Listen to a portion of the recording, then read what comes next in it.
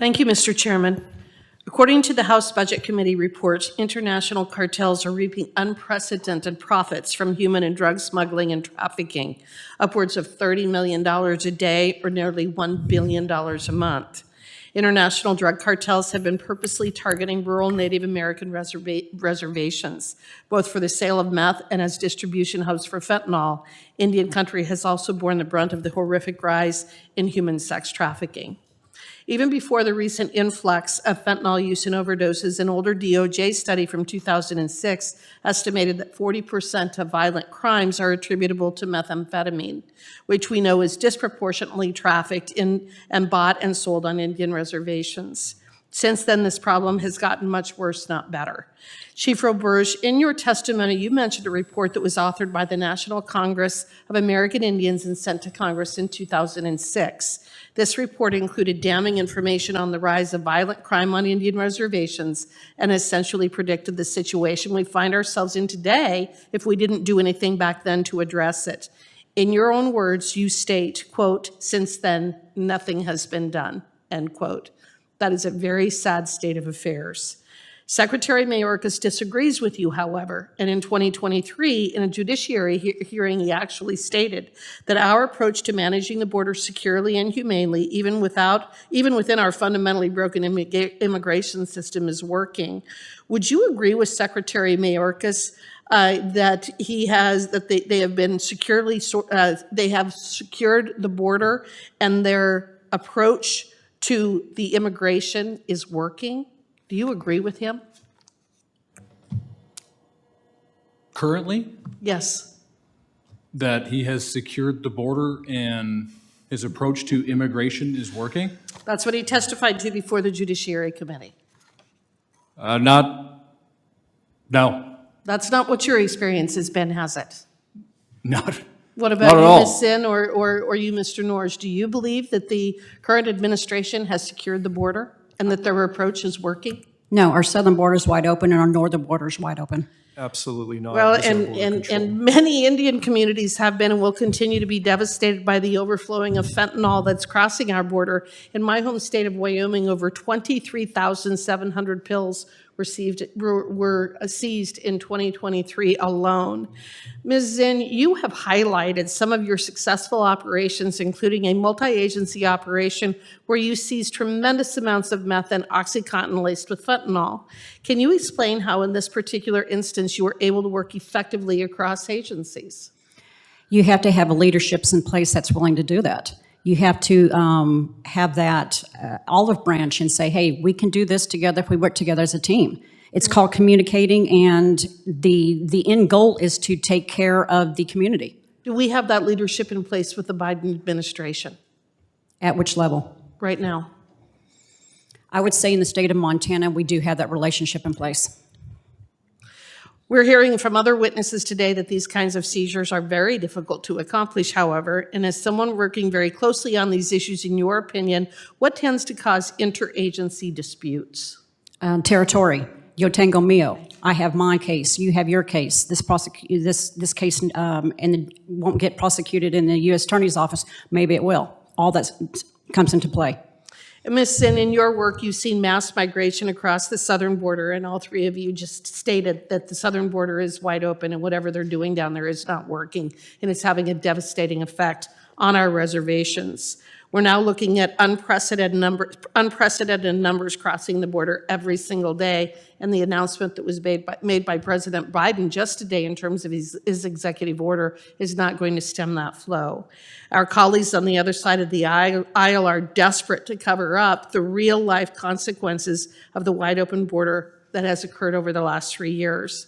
As someone who has worked on these issues across various administrations, Ms. Zinn, is it safe to say that the southern border is in the worst shape it's ever been under President Biden? Absolutely. I've worked on the southern border. I know what the border looks like. Would you agree, Mr. Norse? Absolutely. And what about you, Chief Roberge? Yes. Okay. With that, I want to thank you three for being here. I will echo what Chairman Westerman has stated. We've now had a couple of hearings on this particular topic, and as the chairman of the Subcommittee on Indian and Insular Affairs, I take this extremely seriously, and it's breaking my heart what we're seeing happening on our reservations. I just had the opportunity to question the Attorney General of the United States, Merrick Garland, on this very issue. And I have demanded that they attempt to do something to address the open southern border so that we can provide some relief to our tribes and our tribal members. We're going to continue to fight this issue because it is so incredibly critically important to our tribal members, to our tribes, and really to the future of our country. So thank you for being here. Well, thank you, Mr. Collins. Picking up where I kind of left off is, Chief Roberge, in your testimony, you highlighted some of the jurisdictional challenges that you face. You also suggested that it is common for local law enforcement to run into jurisdictional holes in our justice system that make it harder to punish cartel members and drug dealers. Has it become more common or less common for cartels and drug dealers to take advantage of these various loopholes? More common, significantly more.